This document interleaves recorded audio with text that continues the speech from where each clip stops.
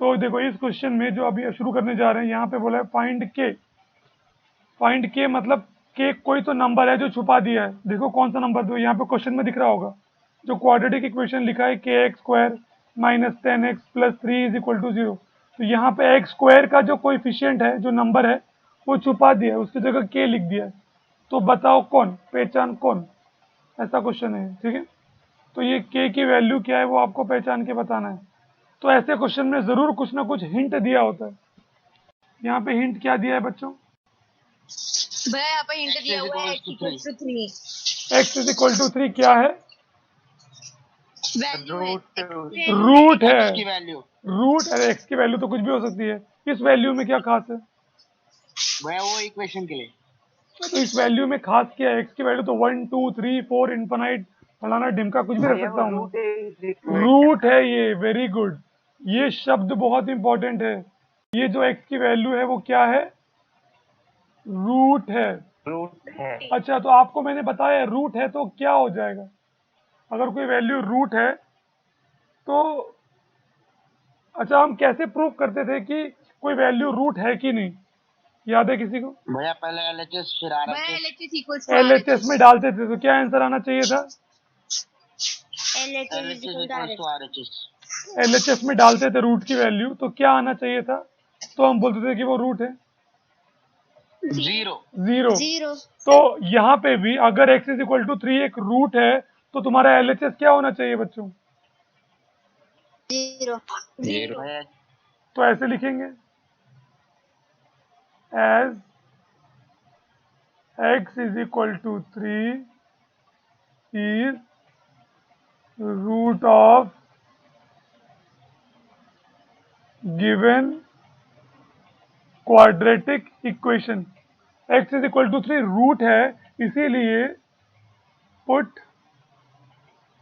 x is equal to 3 in given quadratic equation। ठीक है, put कर दो। तो के x की जगह क्या पुट करेंगे बच्चों?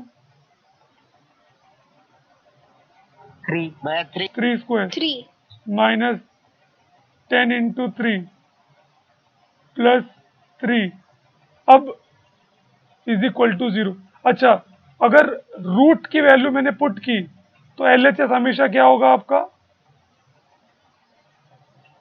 जीरो होगा। तो तुम्हारा ये कंडीशन सेटिस्फाई होना चाहिए यहाँ पे 3 पुट करने पे। चलो एक और तरीके से कर सकते हैं, मैं दिखाता हूँ, वो तरीका दिखाता हूँ अगर ये कंफ्यूजन हो रहा है तो। 1 मिनट बस।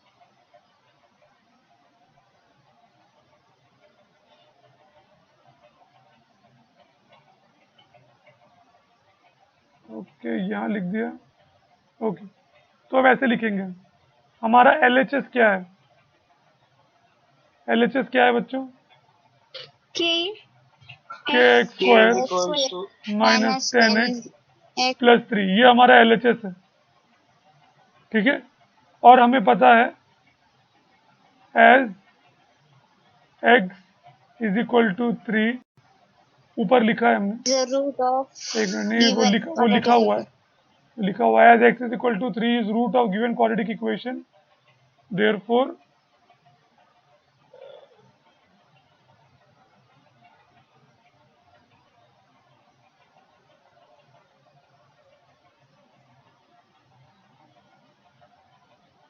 Okay, put x is equal to 3 in LHS।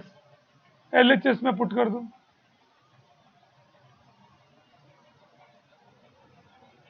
तुम्हारा LHS क्या हो जाएगा?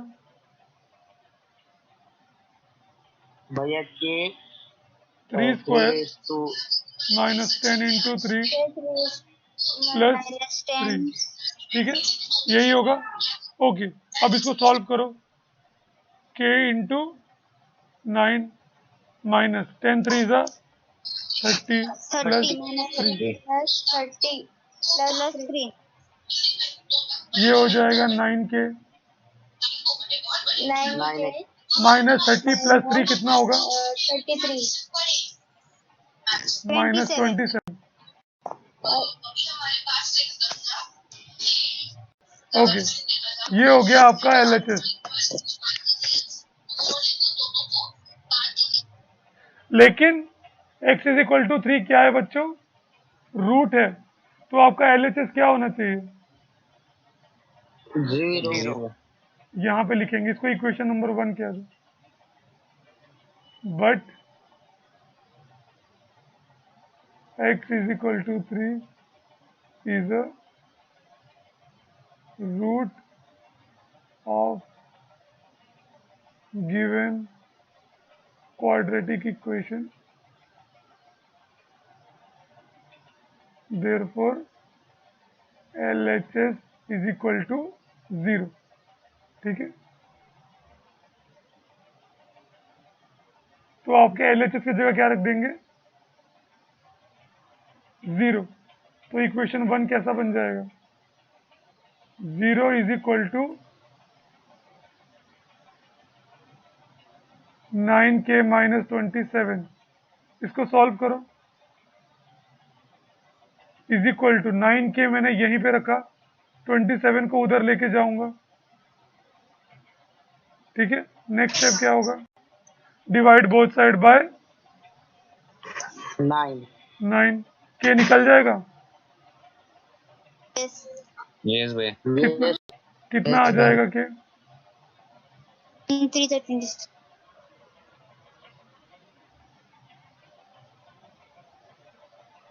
Okay, divide both side by 3, 27 sorry 9, 27 by 9, 9k by 9,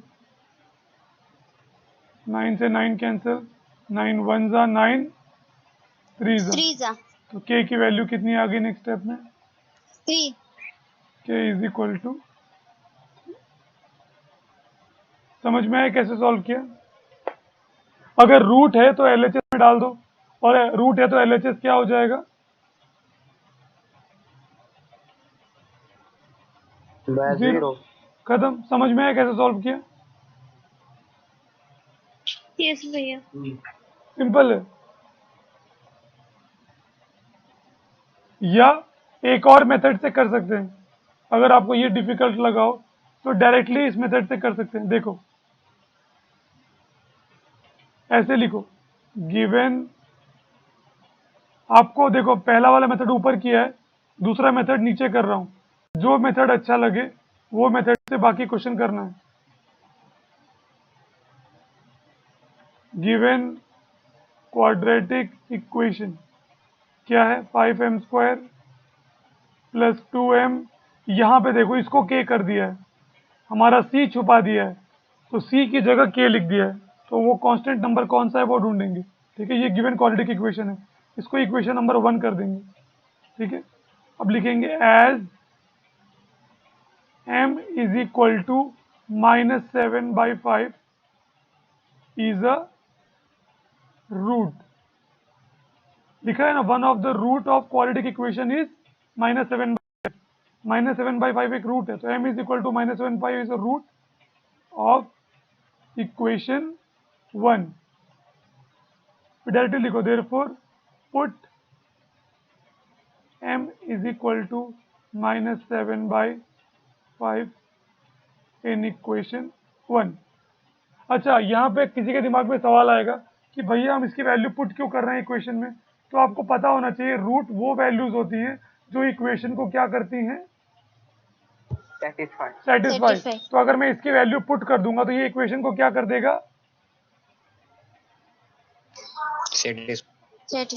बस डायरेक्टली पुट कर दो, सेटिस्फाई कर देगा ये। ओके, पुट कर दो, तो ये हो जाएगा 5 -7/5 whole square plus 2 into -7/5 plus k is equal to 0। Directly put कर दिया, अब सॉल्व कर दो, k आ जाएगा। तो नेक्स्ट स्टेप क्या होगा? 5 -7/5 का स्क्वायर कितना होता है? 7 7 जा 49, 5 5 जा 25 प्लस 25। अच्छा, अब यहाँ पे देखो 2 इंटू -7 कितना आएगा? -14/5 plus k is equal to 0। अब यहाँ पे देखो 5 1 जा 5, 5 5 is 5 5 is 25, तो कितना बच गया? 49 49/5 माइनस 14/5। मैंने k को मान लो उधर भेज दिया, तो ये हो गया -k। ठीक है, अब इसको सॉल्व करो। तो ये सॉल्व करना आएगा आपको। जब कभी भी नीचे का नंबर सेम रहता है बच्चों, तो करना बहुत आसान होता है। नीचे का नंबर डायरेक्टली लिखो सेम, क्योंकि नीचे का नंबर सेम है, और ऊपर के नंबर को जो भी दिया हुआ है प्लस या माइनस वो कर दो। ऊपर का नंबर क्या है? 49 माइनस 14, क्योंकि वही दिया है माइनस। तो जब भी नीचे का नंबर सेम है ना, डायरेक्टली ऐसे कर सकते हो। समझ में आ रहा है? यस भैया। भैया आंसर 7 आ रहा है। देखते हैं क्या आता है। 49 माइनस 14 कितना आएगा बच्चों? 7/5। ये आ जाएगा 30/5 35 है। Is equal to minus. Amrish खाना खा के आया है। ओके, 5 1 जा 5 7 7 जा, तो आपका क्या आ गया? -k seven. Is equal to -7 +7 ना। अभी नेक्स्ट स्टेप देखो।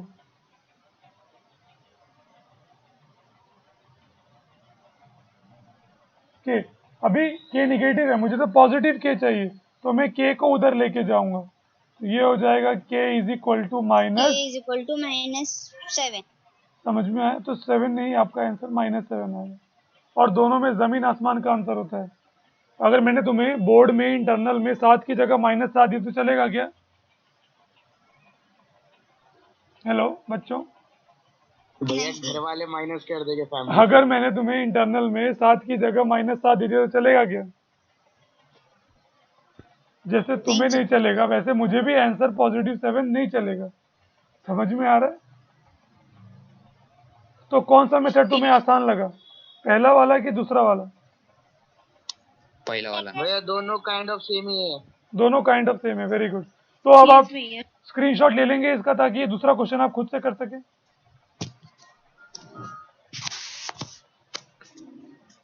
सबको क्वेश्चन समझ में आया? क्वेश्चन में क्या पूछ रहा है? आपको एक रूट बता देगा और क्वाड्रेटिक इक्वेशन में कुछ छुपा देगा, उसको के बोल देगा या कुछ तो ऐसा बोल देगा, और बोलेगा ढूंढो उसे।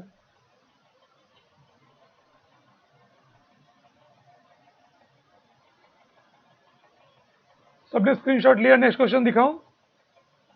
ये ओके, तो ये रहा आपका अगला क्वेश्चन आपके कंप्यूटर स्क्रीन पे। फाइंड m, कितना मिनट चाहिए सॉल्व करने के लिए इसे? देखो सेम क्वेश्चन है, आपको एक रूट गिवन है, one of the root is 2। भैया 3 मिनट। तो आपको x की वैल्यू पता है, x is equal to 2 is the root, और यहाँ पे क्या छुपा दिया है? एक कोएफिशिएंट छुपा दिया है, उसको m बोला है। तो किसका कोएफिशिएंट छुपा है बच्चों यहाँ पे? a, b या c? क्या छुपा है देख के बताओ। b छुपाया है। Very good. क्वाड्रेटिक इक्वेशन होता है ना, ax² + bx + c is equal to 0, तो यहाँ पे आपका b छुपाया हुआ है। स्टैंडर्ड फॉर्म याद है ना बच्चों? ax² + bx + c is equal to 0, तो यहाँ पे आपका b छुपाया हुआ है।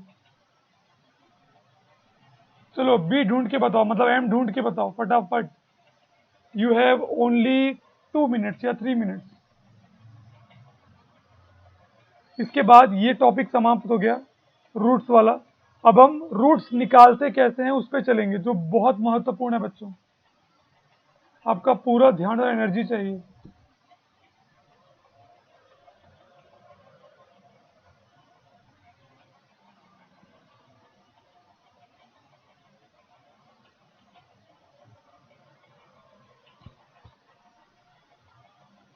भैया बोलो बेटा। यहाँ पे तो x की वैल्यू ही नहीं दी है। क्वेश्चन ढंग से पढ़ो। 2 है ना। One of the root of quadratic equation x² + mx - 5 is equal to 0 is, आगे बताओ अमरीश क्या लिखा है? Is 2। Where are you? Amrish नाश्ता करके आया भैया। सब लोग सॉल्व कर रहे हैं बच्चों। देखो बच्चों, कितना भी अच्छा समझ में आ जाए, जब तक आप खुद से ट्राई नहीं करते ना, तो कॉन्फिडेंस कभी हाई नहीं होता।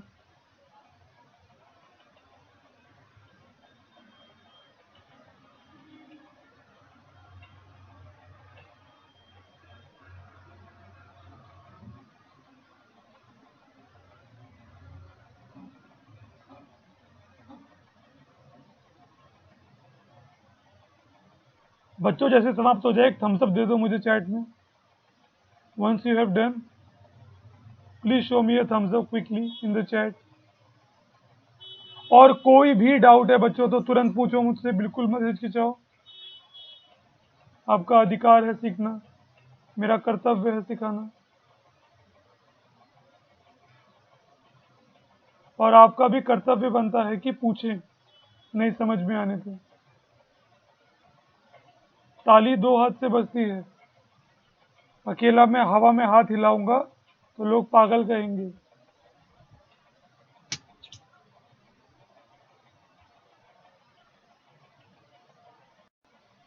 ओके, किसी का डाउट है क्या? मुझे किसी का हाथ ऊपर दिख रहा है। सार्थक बाबर, अमरीश पवार, कोई डाउट है क्या तुम लोगों को? नहीं। सार्थक बाबर,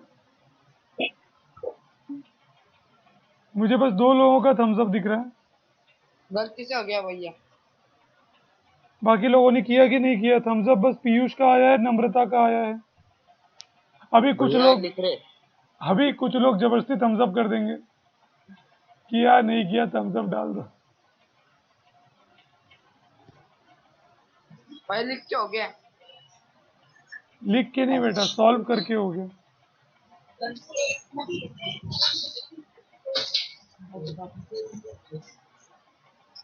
ओके, चलो तो एम कितना आ रहा है बच्चों? 1.2।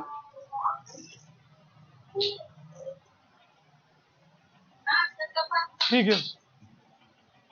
और देखो बच्चों, ये कुछ सिमिलर क्वेश्चन है, दिख रहा है आपको? 8 से लेके 13 तक सिमिलर क्वेश्चन फॉर होमवर्क। ये कुछ खुद से प्रयास करने वाले क्वेश्चन है जो आपको होमवर्क में ट्राई करना है।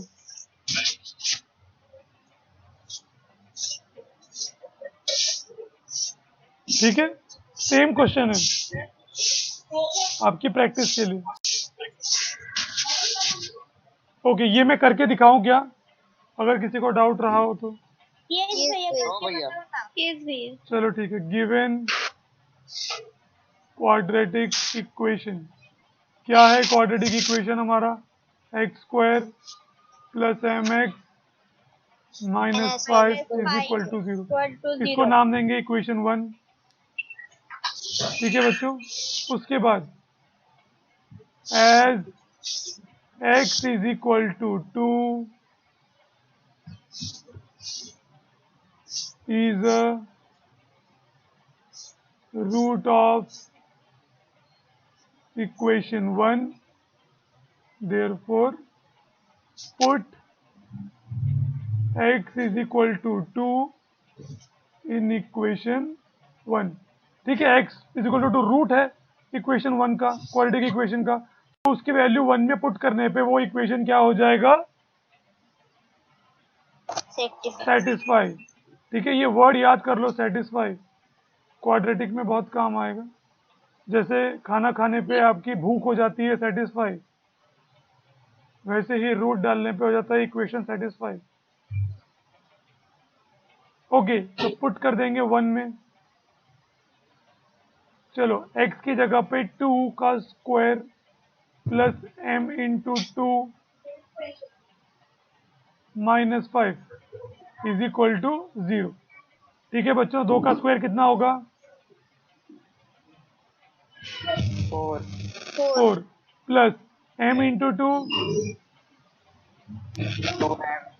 2m minus 5 is equal to 0। तो बच्चों बताओ अभी क्या नेक्स्ट स्टेप क्या होगा मेरा? लाइक टर्म को लाइक टर्म्स, तो लाइक टर्म्स को ऐड करने पे कितना आएगा? -1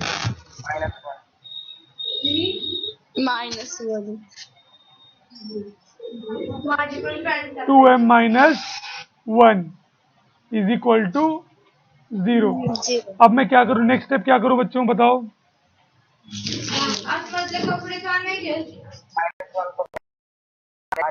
वेरी गुड, -1 को मैं RHS में लेके जाऊंगा। ठीक है, वेरी गुड बच्चों।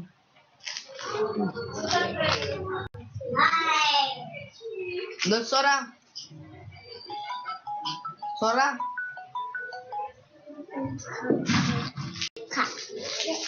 2m is equal to 1। ठीक है बच्चों, अभी डिवाइड, अब क्या करेंगे, नेक्स्ट स्टेप क्या होगा?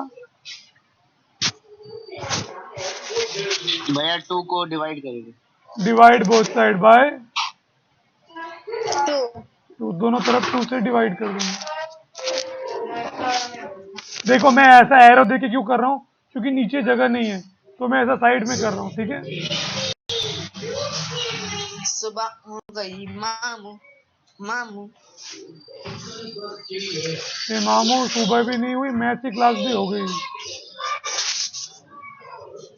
Okay, m is equal to 1/2। सबका यही आंसर आया बच्चों? किसी के तो माइक से बहुत शोर आ रहा है, भैया बहुत ज्यादा शोर आ रहा है। कौन है वो? सार्थक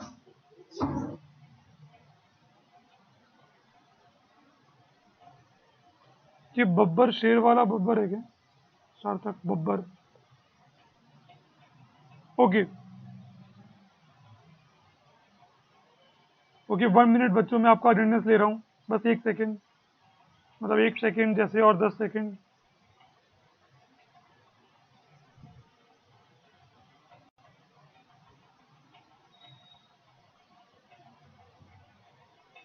ओके डन। चलो बच्चों, तो इसके साथ हमारा रूट खत्म हो गया। अब पढ़ेंगे सॉल्यूशन।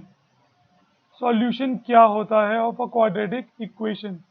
ठीक है, तो देखो ध्यान से सुनना, सब बच्चों का ध्यान है। हम नया टॉपिक शुरू कर रहे हैं, सॉल्यूशन ऑफ क्वाड्रेटिक भैया। इक्वेशन। अभी तक हमने भैया। सीखा भैया। क्वाड्रेटिक इक्वेशन क्या होता है, उसका स्टैंडर्ड फॉर्म क्या होता है, ABC की वैल्यू क्या होती है, और रूट क्या होता है, और कितने रूट हो सकते हैं। सबको यहाँ तक अच्छे से समझ में आ गया है? क्योंकि अब उसे यूज करने वाले हैं। यस भैया। अब आप बोलोगे ओ भैया इसका तो एक ही रूट आया, ऐसा क्यों, बाकियों का तो 2 आया था। तो फिर आपने क्लास ढंग से सुनी नहीं है। कभी कभी किसी का एक भी रूट नहीं आएगा, फिर बोलोगे ओ भैया इसका तो रूट ही नहीं आ रहा। तो फिर आपने क्लास ढंग से सुनी नहीं है, क्योंकि कभी कभी रूट नहीं भी आ सकता है। ठीक है, तो सॉल्यूशन मतलब क्या? सॉल्यूशन मतलब रूट ढूंढना। समझ में आ रहा है? क्वाड्रेटिक इक्वेशन क्या होता है? एक कंडीशन होता है, कंडीशन को सेटिस्फाई कौन करता है? रूट करता है। ठीक है, क्वाड्रेटिक इक्वेशन एक कंडीशन है, और उस कंडीशन को सेटिस्फाई कौन करता है? रूट करता है। तो रूट को ढूंढने को ही हम कहते हैं सॉल्यूशन ऑफ क्वाड्रेटिक इक्वेशन। समझ में आया? तो वही चीज यहाँ पे लिखी है, solution of quadratic equation means find the root of given quadratic equation. Solve करना मतलब उसके रूट को ढूंढ दो। ठीक है, because root are the values of variable which satisfy the equality criteria of quadratic equation. तो साफ शब्दों में अगर कहा जाए तो सॉल्यूशन मतलब रूट्स को ढूंढना, एकदम सिंपल भाषा में। Solution of quadratic equation is equal to, उसका मतलब क्या होता है? फाइंड द, क्या फाइंड करूं बच्चों? रूट्स। रूट्स। काम खत्म, बस उतना ही याद रखो। चलो, तो सॉल्यूशन सॉल्व करने के 3 मेथड हम पढ़ने वाले हैं, 3 नहीं सिर्फ 2 मेथड। ये जो कंप्लीट स्क्वायर मेथड है ये हो गया है out of syllabus because of corona. अभी तक तो आउट ऑफ सिलेबस है बच्चों। अगर भविष्य में बोलते हैं कि कोविड-19 कितना हेल्पफुल है हमारे लिए। वेरी गुड, अगर भविष्य में बोलते हैं कि सिलेबस में ऐड कर दिया है तो हम सीख लेंगे फटाफट। तो अभी के लिए हम बस 2 मेथड सीखने वाले हैं, फैक्टराइजेशन मेथड, रूट निकालने का ये तरीका, और फॉर्मूला मेथड, ये तरीका। ठीक है बच्चों, शुरू करें। सबसे पहले फैक्टराइजेशन मेथड।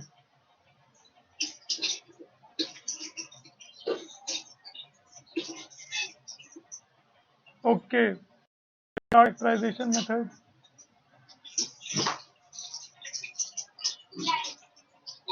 अब यहाँ पे बच्चों मुझे आपका बहुत ध्यान चाहिए, वही अभी पढ़ा रहे हैं बहुत ज्यादा जो ध्यान अपनी चाहिए, वीडियो में देखी ना। क्योंकि फैक्टराइजेशन आपको हमेशा यूज आएगा। आप 11वीं में चले जाओ, 12वीं में चले जाओ, ग्रेजुएशन कर लो, फैक्टराइज करना आपको आना चाहिए। भाई थोड़ा निकल। ठीक है, तो क्वाड्रेटिक इक्वेशन कभी भी आपको दिखे और उसके रूट्स ढूंढना है तो फैक्टराइज करना आपको आना चाहिए। तो वो मैं फैक्टराइज। आवाज अटक रही है। हेलो, सबको अटक रही है क्या? नो भैया। यस भाई, यस भैया। अच्छा, अभी भी अटक रही है क्या? अटक रही है आपकी आवाज। अभी भी अटक रही है क्या बेटा? नो भैया, अभी नहीं अटक रही अभी नहीं है। अटक अभी नहीं भैया। अटक रही, ओके ठीक है। तो अभी हम बच्चों शुरू कर रहे हैं फैक्टराइजेशन मेथड।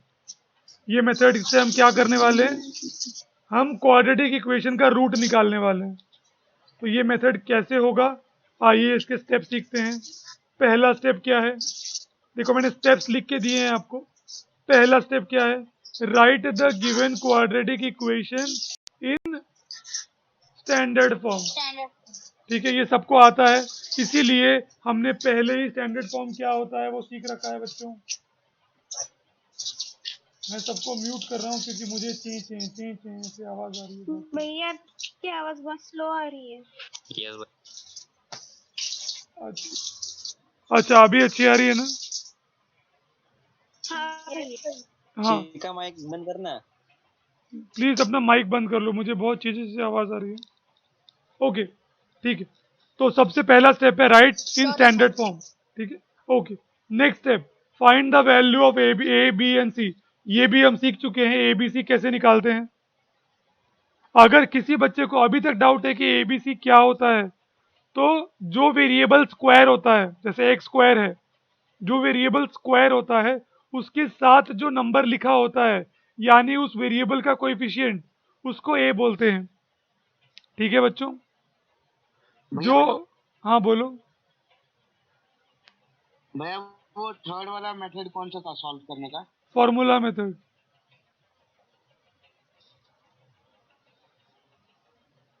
ओके, जो वेरिएबल का पावर 1 रहता है उसके साथ जो नंबर है, यानी जो उसका कोएफिशिएंट है, उसको बी बोलते हैं। और जो अकेला नंबर रहता है जिसके साथ कोई वेरिएबल नहीं होता, उसको क्या बोलते हैं बच्चों? सी बोलते हैं। सी। तो सबको एबीसी क्या होता है वो क्लियर होना ही चाहिए। अगर आपने अभी गलत किया ना तो मेरा कान के नीचे बजाने का मन करेगा, लेकिन मैं बजा नहीं सकता। भैया आवाज नहीं। हाँ, भैया आवाज आपकी अटक रही आवाज भैया। नहीं आ रही। हेलो, आवाज आ रही है मेरी? हाँ भैया हाँ, तो पहला स्टेप स्टैंडर्ड फॉर्म में लिखो, दूसरा स्टेप एबीसी निकालो, तीसरा step find the values of A C and B. उसके बाद आपको ए सी निकालना है। ए बी सी निकाल लिया, अब ए सी निकालना है। ए सी मतलब ए इंटू सी, ठीक है, और बी की वैल्यू ए इंटू सी और बी। उसके बाद का जो स्टेप है वो मैं आपको एक प्रॉब्लम में करके दिखाता हूँ, ठीक है, तभी समझ में आएगा। सबको मेरी आवाज़ साफ आ रही है? करके दिखाऊं मैं एक क्वेश्चन? हाँ भैया। ओके, चलो, तो ध्यान से सुनना। अगर मेरी आवाज़ कहीं कट रही हो, कोई डिस्टरबेंस आ रहा हो तो ही मुझे टोकना, वरना ध्यान से सुनना। तो पहला स्टेप है, आवाज नहीं आ रही भैया। भैया आवाज नहीं आ आवाज नहीं आ रही है भैया। आवाज़ नहीं मतलब म्यूट हो, मतलब कैसा डिस्टरबेंस आ रहा है क्या? कट कट क्या आ रहा है? मतलब अटक क्या रहा है बीच में? अटक क्या आ अटक रहा आ है? रहा है। अटक के आ रेला है बिड़ू। ओके, अपन कुछ करता है उसके भैया लिए। अभी भी अटक रही है। भैया अभी भी अटक रही है।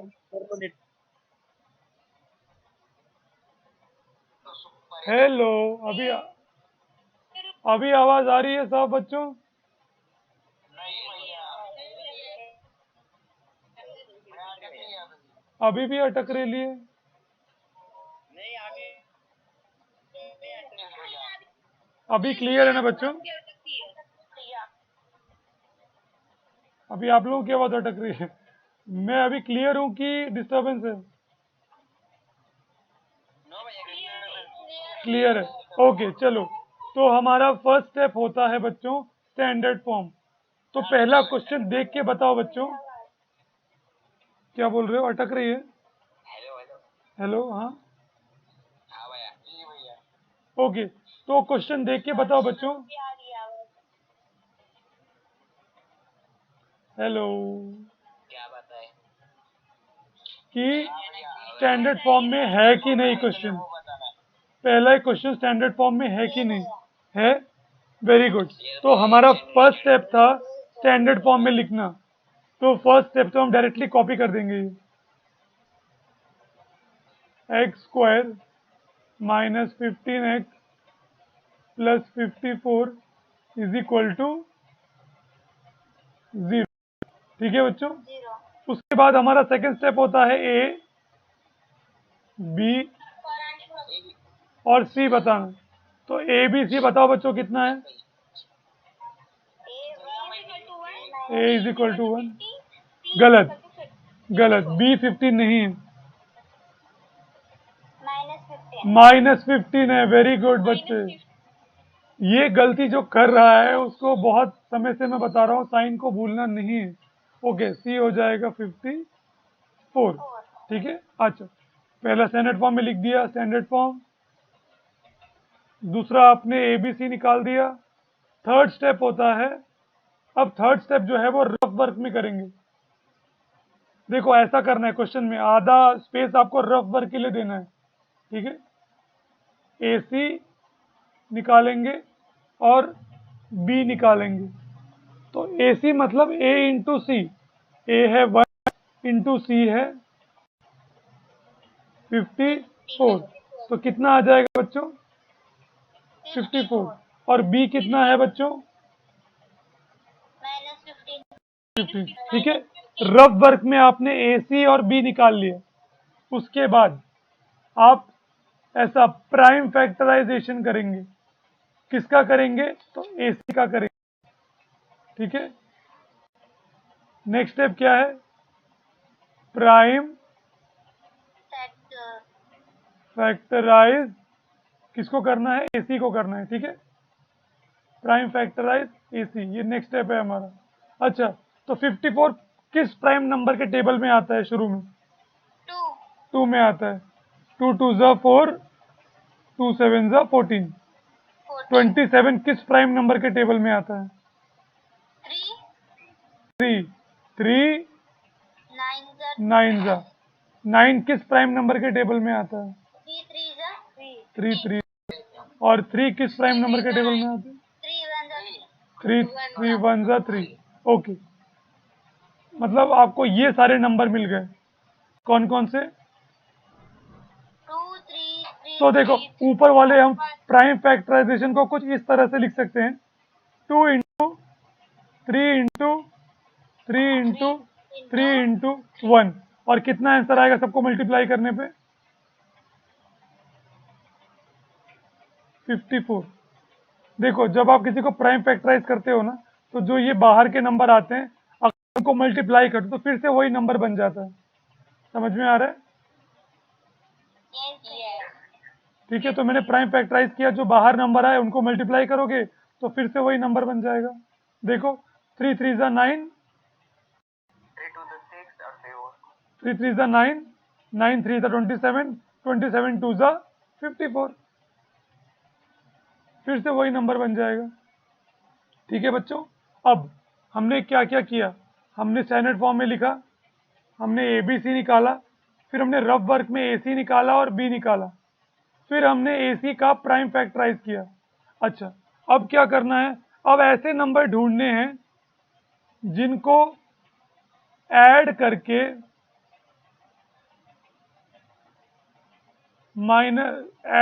एक मिनट, -15 आए यानी कि बी आए, और जिनको मल्टीप्लाई करके 54 आए यानी कि ए सी आए।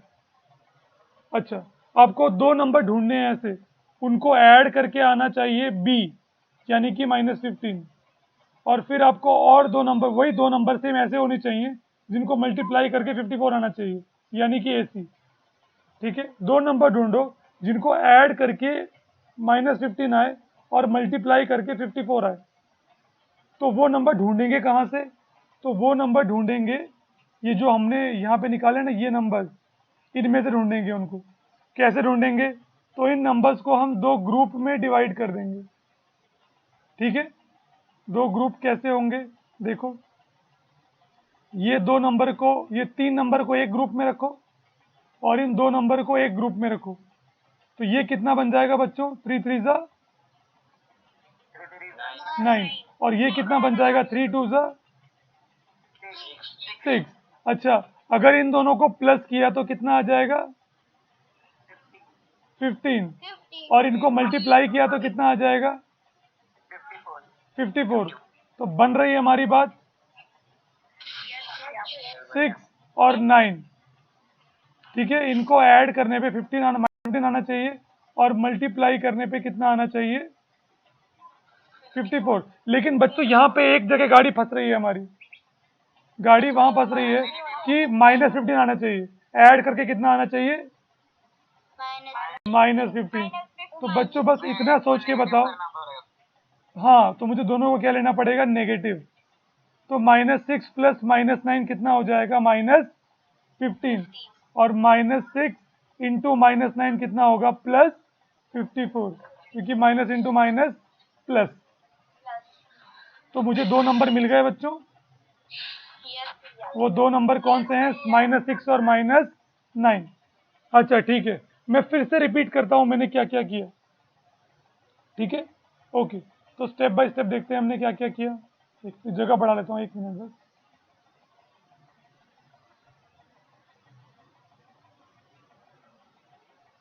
ये पहली बार है, आप बिल्कुल चिंता मत कीजिए। मैं एक और क्वेश्चन करके दिखाऊंगा। मैं अगली क्लास में एक और क्वेश्चन करके दिखाऊंगा। जब तक आपको समझ में नहीं आएगा मैं करके दिखाऊंगा आपको हर एक क्वेश्चन। ठीक है, तो बिल्कुल भी घबराना नहीं है। थोड़ा बहुत भी समझ में आए तो भी पेशेंस रखना है। ओके, तो पहले स्टैंडर्ड फॉर्म में लिखा, फिर ABC निकाला, फिर रफ वर्क में AC निकाला और B निकाला। फिर मैंने प्राइम फैक्टराइज किया। किसको प्राइम फैक्टराइज किया बच्चों? 54 क्या है? AC। तो मैंने AC को प्राइम, तो आपका अगले क्वेश्चन में जो भी AC आएगा उसी को प्राइम फैक्टराइज करना है, गलती से B को मत कर देना। ठीक है, प्राइम फैक्टराइज करना है AC को। भैया यहाँ पे रूट क्वेश्चन किया। रूट कहाँ है?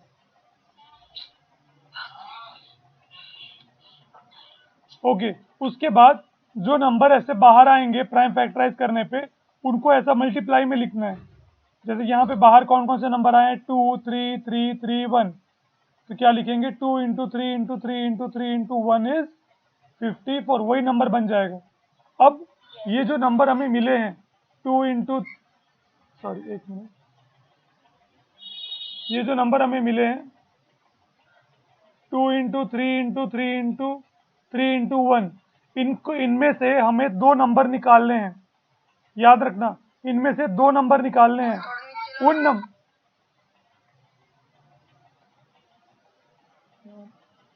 मैं कुछ सिखा रहा रहता हूँ, नीचे लो ऊपर लो, तो मेरे को हंसी आ रही है मतलब। भैया ज्योग्राफी स्टूडेंट अपना। अरे तो मुझे एक बार अनम्यूट कर बता, नीचे लो मतलब क्या? जो मैं दिखा रहा हूँ स्क्रीन पे वही मैं सिखा रहा हूँ। नीचे लो मतलब क्या? हीरो कौन है तू? भैया सार्थक। सार्थक बाबर, क्या प्रॉब्लम है बेटा? नीचे लो मतलब क्या?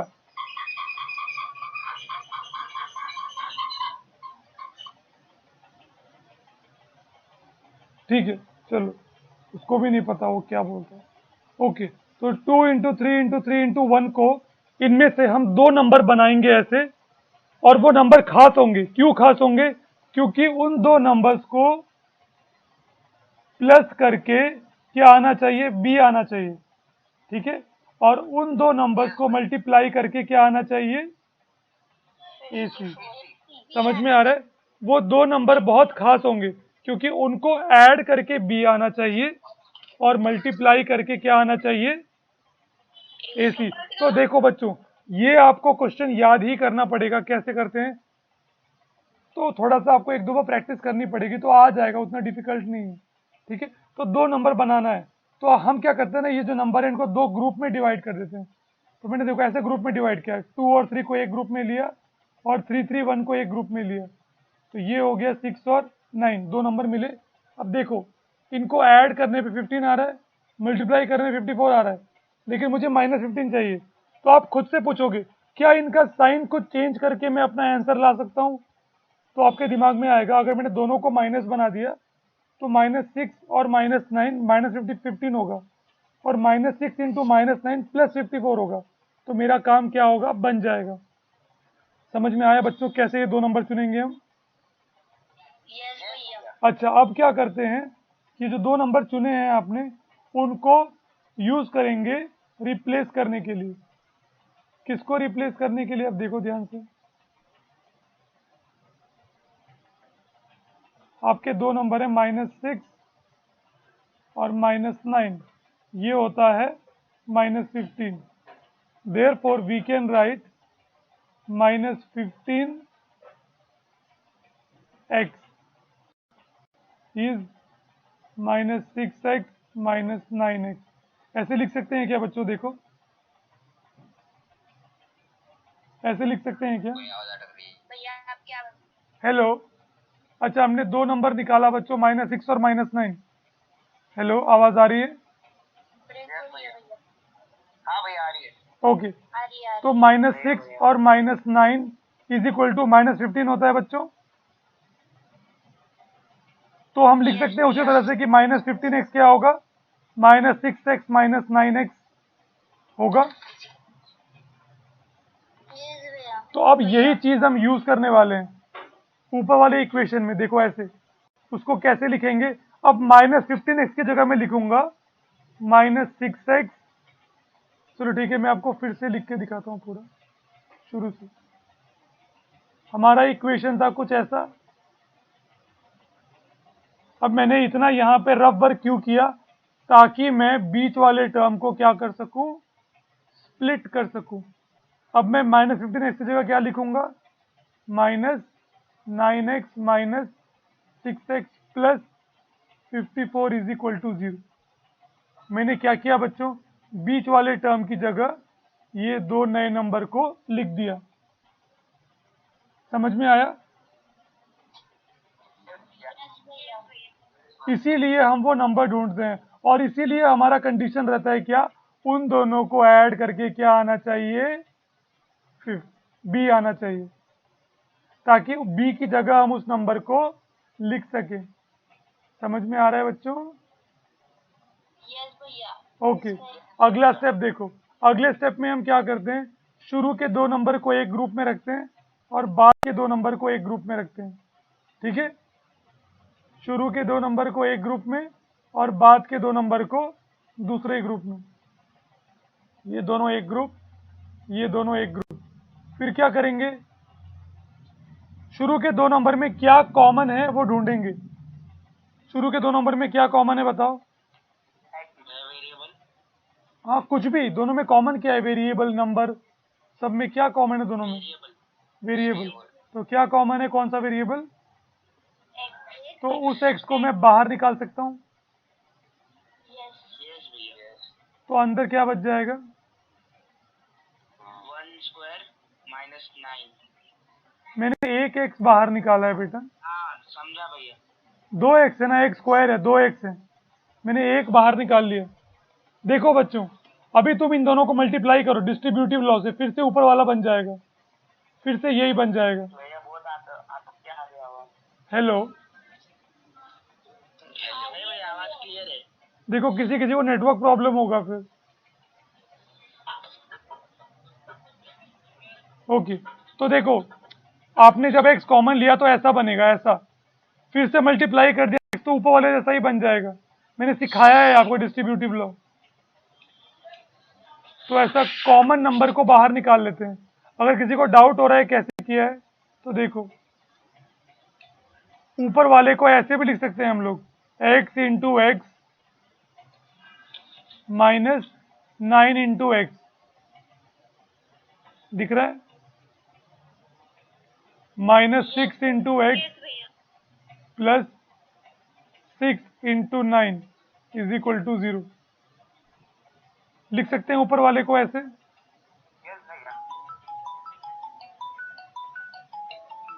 एक मिनट,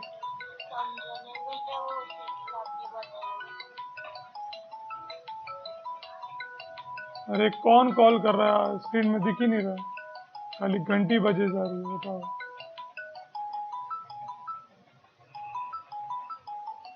हेलो। अरे यार, मेरा फोन बज रहा है लेकिन कौन कॉल कर रहा है कुछ दिख ही नहीं रहा, बस बज रहा है। बताओ। ओके ठीक है, चलो जाने दो। अब देखो ये जो पहले दो टर्म है उनमें देखो अब कॉमन आपको समझ में आ रहा है? कॉमन क्या है दोनों में? दोनों में एक एक एक्स कॉमन है, दिख रहा है? ये दोनों में एक एक एक्स कॉमन है, तो इसी को बाहर निकाल लेंगे। एक्स, अरे शिट, एक्स को बाहर निकाल लिया। अंदर क्या बच जाएगा बच्चों?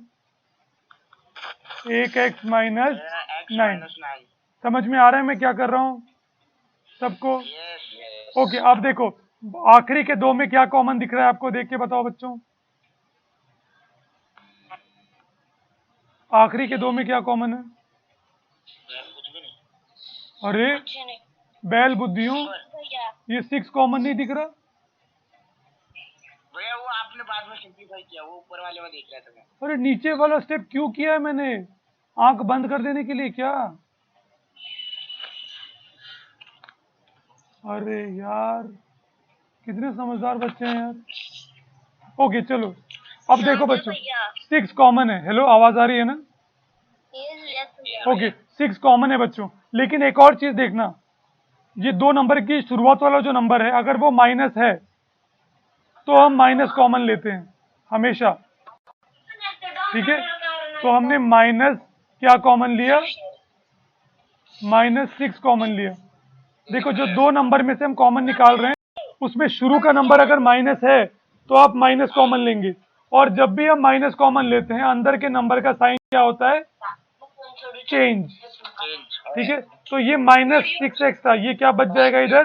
+x बच जाएगा, और ये था +6 इंटू 9, इधर क्या बच जाएगा? -9 इज इक्वल टू 0। दिख रहा है सबको? Hello, okay. तो देखो ये स्टेप पे आने के बाद आपको दोनों तरफ में सेम चीज कॉमन दिखाई देगी ब्रैकेट के अंदर। दोनों का x - 9 आया है।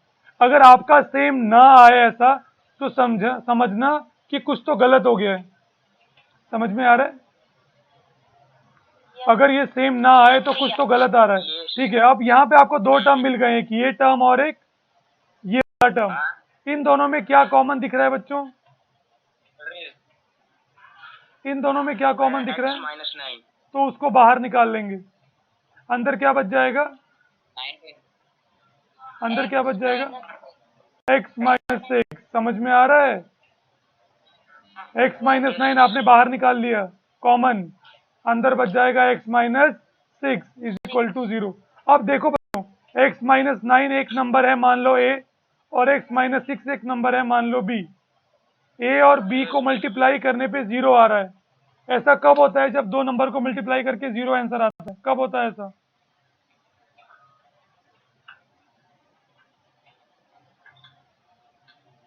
दो नंबर को मल्टीप्लाई करके 0 कब आएगा? देखो दो नंबर को मल्टीप्लाई करो, कभी 0 आता है क्या? तो 0 आने के लिए क्या होना चाहिए? भैया 0 से मल्टीप्लाई। वेरी गुड, उसको 0 से मल्टीप्लाई करना पड़ेगा। इसका मतलब जब दो नंबर को मैं मल्टीप्लाई कर रहा हूं, मान लो a और b को, और आंसर 0 आ रहा है, तो या तो मेरा a 0 है या तो मेरा b 0 है, या तो दोनों ही 0 है। समझ में आ रहा है? यस भैया। अगर दो नंबर को मल्टीप्लाई करके 0 आ रहा है तो या तो एक 0 है या दोनों 0 है, ठीक है? तो इसका मतलब ध्यान से देखना, मुझे पता है टाइम खत्म हो गया है, I am sorry for exceeding, बस 1-2 मिनट में खत्म हो जाएगा। x - 9 इंटू x - 6 को मल्टीप्लाई करने पे 0 आ रहा है, इसका मतलब या तो x माइनस 9 0 है और x माइनस 6 0 है। समझ में आ रहा है? यस भैया। यस भैया। क्योंकि इन दोनों को मल्टीप्लाई करके 0 आ रहा है, दोनों में से कोई एक 0 होना चाहिए। या तो x माइनस 9 0 है या x माइनस 6 0 है। अब देखो पहले वाले पे हो, या तो x माइनस 9 अगर 0 है, 9 को उधर लेके जाएंगे तो क्या हो जाएगा, x इज इक्वल टू 9 मिलेगा दूसरे वाले में। इसमें 6 को उधर लेके जाएंगे तो क्या हो जाएगा, x इज इक्वल टू 6। तो X is equals to 6. दो रूट मिल गए बच्चों आपको, या तो x 9 है या तो x 6 है। समझ में आया? ये लास्ट वाले स्टेप में थोड़ा डाउट है। हाँ भैया वो ठीक है, एक काम करो, मैंने वीडियो रिकॉर्ड किया है, मैं अपलोड कर दूंगा। वीडियो एक बार फिर से देखना, क्योंकि अभी क्लास खत्म हो गई है। मैं अगली क्लास में फिर से एक पूरा शुरू से करके दिखाऊंगा। एक क्या, मैं 3-4 करके दिखाऊंगा, बिल्कुल टेंशन मत लो। ठीक है, थोड़ा बहुत भी समझ में आया है तो वीडियो देखना एक बार, और अगली क्लास में फिर से आना, मैं अच्छे से फिर से सिखाऊंगा। ठीक है बच्चों? यस भैया। ठीक है बच्चों, धन्यवाद बच्चों। इसके साथ मैं आज की क्लास को अल्प विराम देता हूँ।